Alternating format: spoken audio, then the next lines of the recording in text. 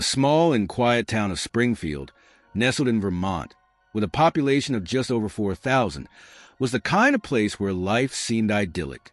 Neatly trimmed lawns, friendly neighbors, and well-kept houses painted a picture of classic American countryside charm. In Springfield, everyone knew everyone, and news traveled faster than the morning newspaper. Among the most prominent families in town were the Hatchers. Richard and Martha Hatcher moved to Springfield 2 decades ago, when their children, James and Elizabeth, were very young. Over the years, they became well known to the local residents. Richard, a 52-year-old self-made man, built a successful construction business from scratch. His strong principles and belief in hard work and discipline earned him respect, especially among the workers on his construction sites. Stern, yet fair, Richard was a pillar of the community. Martha, his wife, in her early 50s, worked as a beloved teacher at the local school. Her kind heart and natural charm made her a favorite among her students and colleagues. Despite her gentle demeanor, Martha held firm moral principles, which she tried to instill in her family, though not without challenges. James, the eldest child at 25, was intelligent and reserved. He worked at the local library, securing the job shortly after graduating from college. A quiet thinker, James preferred the company of books to people, which often baffled his father, who wished his son were more outgoing and assertive. Despite this, James stayed true to himself, content in his world of knowledge and reflection. In stark contrast, 23-year-old Elizabeth was bright, cheerful, and brimming with creativity. A college student with dreams of becoming an artist, Elizabeth's passion for art sometimes sparked conflicts with her father, who doubted the stability of such a career. Undeterred, Elizabeth pursued her path with determination, brushing aside criticism. As with many small towns, Springfield had its share of gossip. Gary, the owner of a café on the main street and a close friend of Richard, was often at the center of it. Over coffee at the Hatcher house, Gary would discuss business and the latest town happenings. Recently, Gary had noticed a subtle tension between James and Elizabeth. He couldn't quite put his finger on it, but something about their interactions made him uneasy. Unbeknownst to the townsfolk, Springfield was on the cusp of a tragedy that would shatter its peaceful facade. Detective Andrea Morris, an accomplished investigator from a neighboring city, was about to become an integral part of this story. Renowned for her analytical mind and ability to notice details others missed, Andrea had solved some of the most complex cases in her career. Soon, her expertise would be crucial in uncovering the truth behind the dark events brewing in quiet Springfield. What lay beneath the surface of the Hatcher family's seemingly perfect life, and how would the town's tranquility be upended? As secrets unraveled, Springfield would never be the same again. This story begins quietly, like the calm flow of a river, but soon plunges into the dark depths of forbidden feelings, secrets, and lies. Springfield, a peaceful and prosperous town, will soon become the epicenter of a drama with an unpredictable outcome. It all begins on an ordinary day when James and Elizabeth decide to spend time together. Their secret connection, carefully hidden for so long, starts becoming increasingly evident to others. This marks the beginning of the end, a tragedy that will soon shake not only their family, but the entire town. Gary, the owner of a local cafe and an old friend of the Hatcher family, is the first to notice the strange behavior between James and Elizabeth. In a town as small as Springfield, even the slightest anomaly attracts attention. Yet, Gary is reluctant to share his observations, understanding that family matters are delicate, and unwilling to stir up unnecessary rumors. However, his suspicions grow like a snowball. At first, the changes seem minor. Gary notices James and Elizabeth spending more time together, which isn't unusual for a brother and sister who had always been close. But their meetings become increasingly secretive. They often meet in secluded spots, such as the quiet banks of a river in summer or an abandoned chapel on the outskirts of town. One evening, Gary observes them in his cafe. Their conversation is hushed, their expressions serious, And their eyes? They avoid meeting those of the other patrons. Gary notices James lightly touching Elizabeth's hand, and when they leave, James hugs her tightly before they quickly exit, as if to avoid being seen. These little moments paint a picture that Gary doesn't want to admit. Gary begins to suspect a connection between James and Elizabeth that goes beyond ordinary family affection. But how could he tell Richard, his old friend, about this? How could he confront the possibility that Richard's children, raised with such love and strict morals, might be involved in something forbidden? Unable to jump to conclusions, Gary continues to observe. Over the following weeks, he notices James and Elizabeth avoiding others, frequently retreating to secluded walks leading to an old, abandoned barn hidden in the forest. One evening, unable to resist his growing anxiety, Gary follows them. Concealed among the trees, he watches as they enter the barn and close the door behind them. Hours pass, and when they finally emerge, their expressions are a mix of relief and unease, as if they had just unburdened themselves, but were bracing for the consequences. Gary's mind is plagued with questions that night. Should he share his observations with Detective Morris, a no-nonsense investigator known for uncovering the truth? Doing so would risk tarnishing the reputation of a family long regarded as a pillar of Springfield. The next day, Gary tries hinting at his concerns to Richard at a construction site, where Richard is supervising workers. Richard, however, brushes it off, attributing his children's behavior to normal teenage angst. But Gary's unease only deepens. He decides to continue watching James and Elizabeth, hoping to confirm his suspicions before taking any action. Meanwhile, James and Elizabeth grow more careful, leading a double life in secrecy. They remain unaware of Gary's watchful eyes as they retreat to their hidden barn, their actions weaving a mosaic of secrecy and forbidden emotions. As the weeks turn into months, tension grows in the Hatcher household. Richard and his wife Martha notice changes in their children. James becomes withdrawn and distant, while Elizabeth's usual cheer gives way to nervousness and irritability. Conversations between Richard and James yield no answers, as James deflects questions and isolates himself. Martha, sensing a similar shift in Elizabeth, initially attributes it to school pressures or friend-related issues. But Elizabeth's strong resistance to opening up, especially about James, triggers Martha's suspicions. The once open and trusting daughter now evades discussions, leaving her mother distraught and desperate for answers. The Hatcher family's dynamic begins to crumble, and the growing tension doesn't go unnoticed by the townspeople. Gary's suspicions solidify with every passing day, but he remains torn between loyalty to his friend and the unsettling truths he believes he has uncovered. All the while, the secrets of James and Elizabeth continue to unravel, setting the stage for a tragedy that will engulf not just their family, but the entire town of Springfield. The Hatcher household was shrouded in an unspoken tension that grew heavier with each passing day. Elizabeth's heart sank every time she noticed the growing distance between herself and James, but she could not bring herself to confront it fully. One evening, the atmosphere reached its breaking point during dinner. Richard, the family patriarch, finally lost his patience with the mounting silence.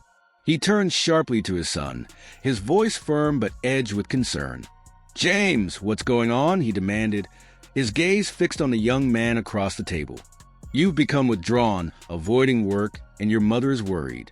Is something wrong? Maybe you're having problems at work, or are you quarreling with someone?" James froze, his fork hovering above his plate. His eyes flickered briefly toward Elizabeth, who sat opposite him. The glance was fleeting, but it conveyed a storm of emotions. Fear, guilt, uncertainty. Elizabeth nervously straightened her hair, avoiding her father's piercing gaze. "It's okay, Dad," James mumbled, lowering his head. "It's just a lot of work. That's all." Richard was not satisfied. His son's silence and his daughter's anxious demeanor only deepened his suspicions. "I don't think it's just work," he said firmly. "You and your sister have been acting strange lately. If you're having problems, why not share? We're a family. We're supposed to trust each other.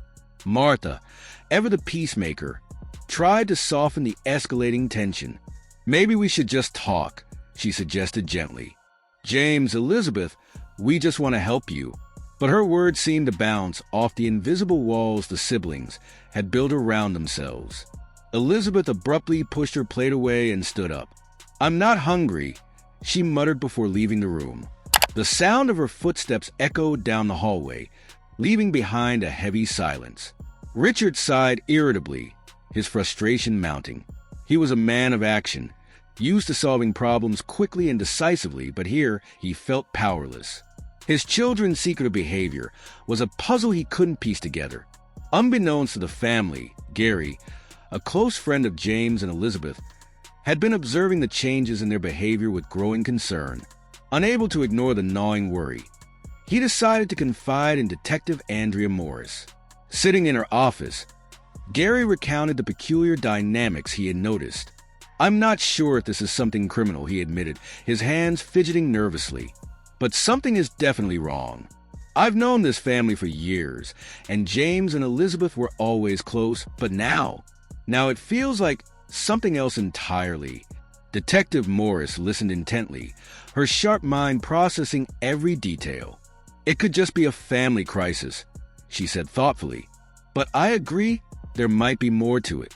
I'll talk to the family, see what I can uncover. Meanwhile, the tension between James and Elizabeth continued to escalate. Alone together, they had intense, emotional conversations that they carefully concealed from their parents. Each interaction only added to the weight of their shared secret.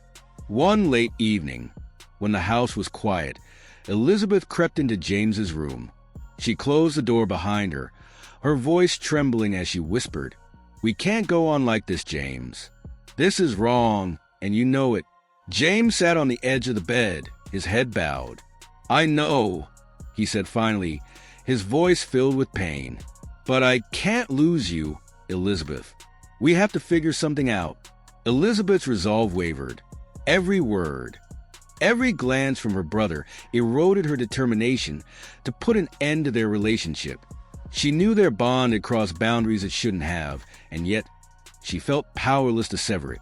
The following morning, Martha noticed Elizabeth leaving the house abruptly, skipping breakfast. Her instincts told her something was amiss, but Richard dismissed her concerns, insisting that their children needed space. Elizabeth made her way to the old barn on the edge of their property, a place laden with memories of her and James. She needed clarity, a resolution to the turmoil that was tearing them apart. Inside, she found James sitting on the floor, lost in dark thoughts. "We can't keep living like this," Elizabeth said, her voice breaking. "We need to make a decision, for us, for the family." James looked up at her, his face pale and weary. "I can't imagine a life without you," he murmured. "But if this is what you want..." Elizabeth's heart ached at his words. She thought about leaving, starting anew in a place where no one knew their story. But the idea was both a beacon of hope and a plunge into madness. Their secret was unraveling, pushing them closer to an inevitable reckoning. The old barn, once a sanctuary, had become the stage for a decision that would change their lives forever. James raised his head when he heard his sister's footsteps, and their eyes met. A storm of unspoken emotions swirled between them, filling the air with a tension they could no longer ignore. "We can't do this anymore, James," Elizabeth said, her voice trembling, though a steely resolve underpinned her words. "I thought about it all night. We have to leave." James stared at her, his mind racing. "Leave," he echoed, as if the word itself was foreign to him. "Where? How can we start over? We have no money, no plan. This is crazy, Elizabeth." Elizabeth stepped closer, her determination unwavering. "Here, we will never be understood. And if someone finds out what is happening between us, it will be the end. I'll sell my jewelry, and we can pawn something from the house. We'll start fresh somewhere no one knows who we are." The thought of leaving terrified James, yet the fear of losing Elizabeth was far greater. The conflict between staying and risking exposure versus leaving and embracing the unknown tore at him. "Are you sure this is the only way out?" he asked, searching her eyes for any glimmer of an alternative. Elizabeth's voice was steady now. "Yes, only trouble awaits us here. If we stay, everything will collapse sooner or later. We have to act now, while we still can." James sighed heavily, the weight of her words sinking in. He knew she was right, but leaving meant abandoning everything he'd ever known. Yet for Elizabeth's sake, he was willing to face the uncertainty. "Okay," he said finally, his voice barely above a whisper. "We'll leave, but we only have a few days to prepare. How do we do this?" Elizabeth had already formed a plan. "We'll sell whatever we can and collect enough money to move far away, somewhere no one will look for us." But fate had other plans. As they sat in the barn, deep in their clandestine conversation, Detective Andrea Morris was already on their trail. Gary's suspicions, fueled by months of observations and a recent conversation, had drawn her attention to the Hatcher family. Detective Morris, an experienced investigator, began her inquiries by interviewing neighbors and close family friends. She visited Gary's café, where he recounted everything he had seen and overheard. Whispers of tension, strange behavior, and secrets buried beneath the surface. Morris listened intently, asking probing questions and jotting down notes. It wasn't long before she suspected that the Hatcher family's issues ran much deeper than mere domestic disputes. Morris decided to visit the Hatcher house, approaching the family under the guise of a routine check. The moment she stepped inside, she felt the oppressive weight of something unspoken hanging in the air. Martha Hatcher greeted her at the door, her face pale and her demeanor anxious. She looked as though the weight of a terrible secret was crushing her. "Hello, Mrs. Hatcher," Morris greeted her with a professional smile. "I'm Detective Morris from the police department." Martha's eyes darted nervously as she stepped aside to let Morris Indiana. "Detective, is something wrong?" Morris's gaze swept the room, taking in the tense atmosphere. "Nothing serious, Mrs. Hatcher. I'm just following up on some community concerns. May I ask you a few questions?" Martha hesitated but nodded, leading Morris to the living room. As they sat down, Morris's sharp eyes noted the subtle signs of strain. A photo frame slightly askew, as if hastily replaced. The way Martha's hands trembled as she adjusted her shawl, the unease that seemed to permeate the air. "How is everything with your family?" Morris began, her tone casual but her intention clear. Martha's lips pressed into a thin line. "We're fine," she replied, too quickly. Morris's instincts told her otherwise. "It must be difficult at times, keeping up with everything. Have you noticed anything unusual lately?" Martha's face paled further, and she shook her head. "No, nothing unusual," but the cracks were already beginning to show. Morris's keen intuition told her that the Hatchers were hiding something much darker than anyone had imagined. And as she delved deeper into her investigation, she knew she was closing in on the truth. The question was, would she uncover it before it was too late? The evening was tense in the Hatcher house. Martha, her hands trembling, had just let Detective Morris in, still unaware of the real reason for the visit. The detective, ever observant, began casually scanning the room as they spoke, her eyes falling on the family portraits lining the walls. Each photograph told a story, some happy, others darker, and in that moment, Morris sensed something amiss. "Mrs. Hatcher, how are your children?" Morris asked, her tone soft but pointed. "It seems there have been some changes in your home recently." Martha hesitated, unsure whether to trust the detective's casual questioning. "James and Elizabeth, they've always been close. Sure, they've had their problems. What family doesn't? But nothing that would cause concern." Her voice faltered, a small detail Morris didn't miss. She watched as Martha nervously fiddled with the hem of her dress. It was a subtle sign, but it spoke volumes. Morris leaned in, her expression calm. "If you ever need to talk, Mrs. Hatcher, I'm here. But please remember, I'm just doing my job," leaving her business card. The detective made her exit, but the weight of her words lingered in the air. As the door closed behind her, Martha's unease deepened. She couldn't shake the feeling that the detective knew more than she had let on. Upstairs, James and Elizabeth were preparing for a night of secrecy. In hushed whispers, they packed the last of their belongings. Every item felt like a silent step toward an uncertain future, one they had no choice but to embrace. Their bond, forged in desperation, had led them to this point, to escape before their hidden truth was revealed. "Do you think we can really do this?" Elizabeth whispered, her voice trembling as she zipped up her suitcase. "We have to," James replied, his voice steady. "It's now or never." But as they crept down the stairs, their hearts pounding in their chests, the unexpected happened.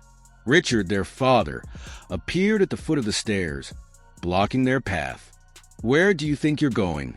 His voice was low, laced with suspicion. The suitcases at their feet only heightened the tension. James took a step forward, his jaw clenched. "We're leaving, Dad. We can't stay here any longer." Richard's face hardened, his eyes narrowing with doubt. "What are you hiding from me?" he demanded, his voice cold. The silence in the room was suffocating. James' anger flared. He had no time for explanations, not when his life was on the line. "We'll decide for ourselves what's best," he snapped. Richard's expression turned to one of hurt and confusion. He had always prided himself on his control over his family, but now, standing before him, were two children who had grown into strangers. His refusal to let go of his authority became a battle of wills. "I won't let you leave without knowing what's going on," he said, his voice growing firmer. Elizabeth, standing behind James, felt the tension crackling in the air. She knew if they didn't leave now, everything would unravel. Desperation clawed at her, and she placed a hand on her brother's shoulder. But her touch, meant to calm him, acted as a trigger. In a split second, James acted, driven by a mix of fear and rage. He shoved his father aside. Richard lost his footing, stumbling backward. The crash of his body hitting the stairs echoed in the quiet house, and in an instant, everything changed. Richard's head struck the sharp edge of the step, and the sound of it was chilling, as if the world had stopped. Elizabeth screamed, rushing to her father, but it was too late. His body lay motionless, blood seeping from the back of his head. In that moment, the life they knew came to an end. James, frozen in disbelief, stared at his father's lifeless form. The reality of his actions hit him like a freight train. Elizabeth, shaking uncontrollably, tried in vain to wake her father, her hands trembling as she touched his cold skin. But there was no response. And so, in a single tragic moment, everything that had been hidden, every secret, every lie, was brought to the surface. The weight of their decisions was now irreversible. The path ahead was no longer one of escape, but of consequences too dire to escape. The Hatcher home stood still, its silence now deafening. James and Elizabeth had fled, leaving behind chaos and death. Richard was dead, and it was their fault. Everything they had tried to save was gone in an instant. The secret they had kept for so long now took on a far darker, more terrible meaning. Elizabeth's voice broke the silence. "We have to leave." Her words were trembling with panic, but James couldn't move. His body was paralyzed with horror, guilt, and regret. He couldn't escape the weight of what they had just done. But Elizabeth, realizing that every second of delay would only make things worse, grabbed his hand and pulled him toward the exit. They ran out of the house, abandoning everything. Their plan to escape had now become a desperate flight from justice. They had no idea what awaited them, but one thing was certain: there would be no going back. Meanwhile, Detective Andrea Morris, who had been following a different investigation, received an urgent call. A suspicious incident at the Hatcher residence had come to light.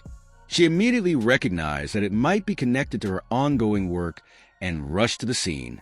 Upon arrival, she was met with an eerie silence. The doors to the house were wide open.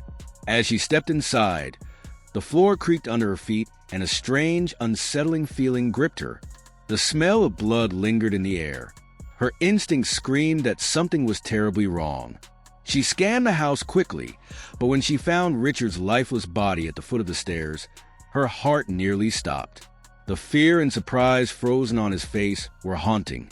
Even after years of experience, this sight shook her to her core. She understood with chilling clarity that the culprits had fled, but she also knew that the truth behind Richard's death would not be easily uncovered. With a heavy heart, Detective Morris began piecing together the evidence. Richard Hatcher had been pushed deliberately, a brutal act that ended his life. Blood found at the scene confirmed that James had been involved. It was clear that this wasn't an accident, but a deliberate act that had been carefully planned. The investigation continued to unravel dark secrets. James and Elizabeth had withdrawn large sums of money from their bank accounts days before the incident. It confirmed their intent to escape, making it obvious that they had premeditated their father's murder. Morris delved into the family's history. The bond between James and Elizabeth seemed far from normal. Their relationship, which had once been a shared secret, now appeared to be the root of their downfall. Interviews with family members revealed disturbing signs of change in the siblings' behavior, but no one had ever suspected that things would end this way. When the case reached court, it garnered national attention. The public was gripped by the unimaginable actions of these young people. What could have driven them to murder their own father? The trial was filled with emotional testimonies, compelling evidence, and expert examinations. Fingerprints, financial records, eyewitness accounts. All of it pointed directly to James and Elizabeth's guilt. The judge, though compassionate, couldn't ignore the gravity of their crime. The once loving siblings had now become cold killers. The verdict came swiftly. James and Elizabeth were found guilty of murder and sentenced to long prison terms, without the possibility of parole. For their mother, Martha Hatcher, this was the ultimate betrayal. Losing her husband and children in such a brutal way left her heartbroken and unable to find solace. The house that once felt like home was now a cold, empty shell. Every corner reminded her of happier times, and she couldn't help but feel guilt for not seeing the cracks in her family sooner. James and Elizabeth were separated in prison, each imprisoned by their own guilt and the weight of their shared secret. Every day behind bars was a painful reminder of their mistake, of the love that had turned into a prison of their own making. The Hatcher family tragedy left an indelible mark on the community of Springfield. The case served as a chilling reminder that some secrets are too dark to keep hidden. The consequences of running from the truth can destroy not only lives but entire families. As time passed, the story of the Hatcher family would linger in the town's memory, a tragedy rooted in secrecy, betrayal, and the irreversible consequences of a desperate attempt to escape the truth. The case of James and Elizabeth Hatcher was one that Detective Andrea Morris would never forget. It had started as a typical investigation, but it quickly became something much more personal. The weight of the crime they had committed haunted her. How could things have spiraled so far? What had pushed these siblings to such a tragic end? After their arrest, James and Elizabeth were immediately separated and placed in different prisons, a decision that came out of necessity. The authorities feared that their time together could lead to further manipulation or a dangerous bond of complicity. In the sterile, unforgiving isolation of their new lives behind bars, both siblings were forced to confront the truth of their actions in solitude. For James, life in prison was the ultimate test. While he had always been alone, the type of isolation he now faced was unthinkable. He could no longer block out the suffocating memories of the fateful night when he pushed his father, the catalyst for everything that followed. Every waking moment was filled with regret, every shadow a reminder of the family he had destroyed. He had always believed he was capable of anything, but now he was left with nothing but his fears and his guilt. Elizabeth, on the other hand, tried to hide the fragility beneath the surface. Despite her youth and the external signs of weakness, the constant awareness that she would never see her brother again wore on her more than the prison itself. Her mind often wandered to what could have been, if only she had acted differently, if she had stopped the chaos before it had spiraled out of control. The dreams of escape and a new life seemed like distant echoes, a cruel reminder that their plans had always been doomed. The truth of their situation sank deep into her bones, and she had no choice but to face it. The trial, which garnered national attention, revealed all the facts, piece by piece. The evidence was damning. Fingerprints, financial records, witness testimonies, and forensic reports all pointed directly to the siblings. There was no escaping the gravity of their crime. The cold, impartial verdict seemed inevitable. They were both convicted of murder and sentenced to life in prison without parole. It was a harsh sentence, but the judge, considering the circumstances, knew it was the only option. For Martha Hatcher, the verdict was the final crushing blow. She had already lost her husband, and now her children as well. The house that once held laughter, warmth, and life had become a tomb of memories, each corner a reminder of what she had lost. The guilt of not seeing the warning signs, of not being able to protect her family, ate away at her, but it was too late to change anything. Her life, and the life of the Hatcher family, was irreparably shattered. The aftermath of this tragedy rippled through Springfield. The town, known for its peacefulness, would never forget the horror that unfolded within the walls of the Hatcher house. What started as an innocent affair, a moment of weakness, turned into a fatal spiral that claimed more than just lives. It destroyed everything they had known. It would go down in history as one of the darkest chapters in the town's story. For Detective Morris, bringing the case to a close was bittersweet. Yes, justice had been served, but there was an ache in her heart. No matter how thoroughly she had investigated, the sad reality was that the truth had come at too high a price. She had done what was required, but the personal toll of witnessing such destruction lingered within her. As the final pages of the case were closed and the courtroom cleared, life in Springfield slowly resumed. Yet, the story of James and Elizabeth would never fade. The town, forever marked by their tragedy, knew that even in the most serene corners of the world, darkness could take root.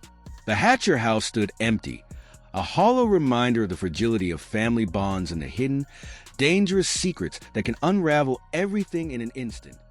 This was today's true story. Our aim is for people to learn from such incidents and strive to improve society. Do let us know your thoughts in the comments. If you liked this story, don't forget to subscribe to the channel. Thank you.